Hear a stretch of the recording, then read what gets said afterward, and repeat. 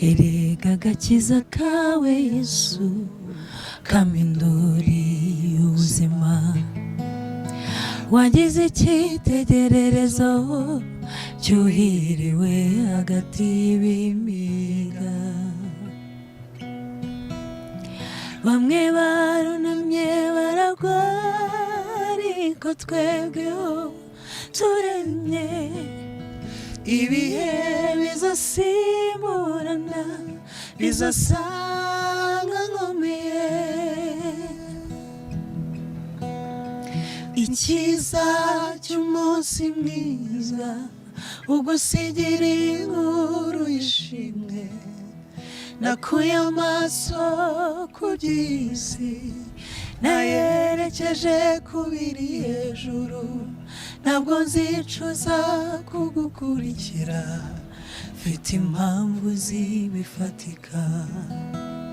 Ntabwo nzicuza kugukurikira, mfite impamvu zibifatika.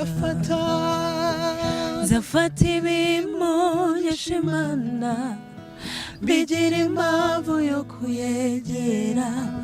Nzaririmba zo kunesha, ngeze ku musozo w'urugendo.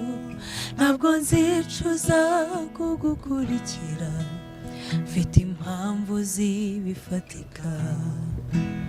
Ntabwo nzicuza kugukurikira, mfite impamvu zibifatika.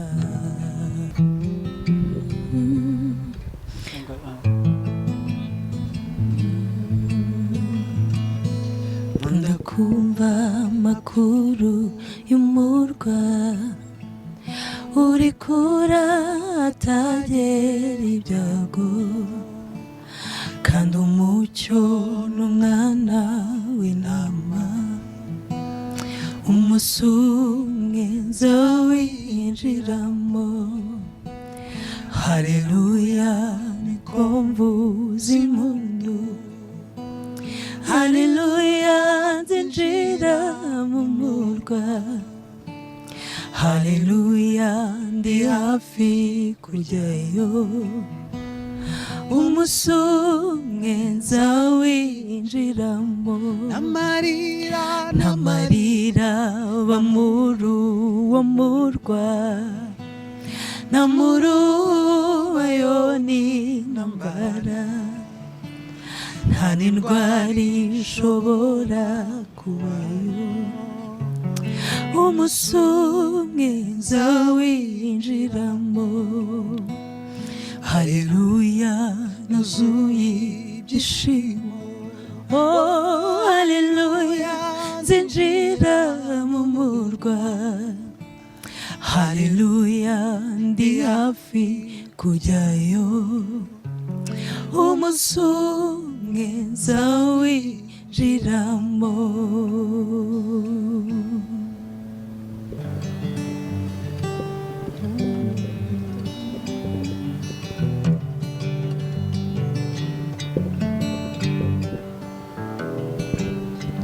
Ameniweka huru kweli, naimba sasa haleluya.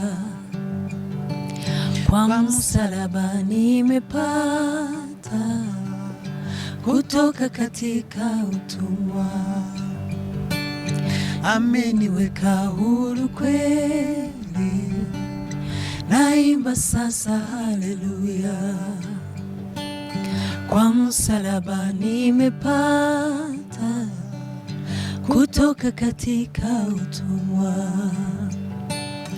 Nimeokoka na furahi, na dhambi zangu zimetoka. Nataka kumtumikia Mwokozi wangu siku zote. Oh, nimeokoka na furahi, na dhambi zangu zimetoka. Nataka kumtumikia Mwokozi wangu siku zote.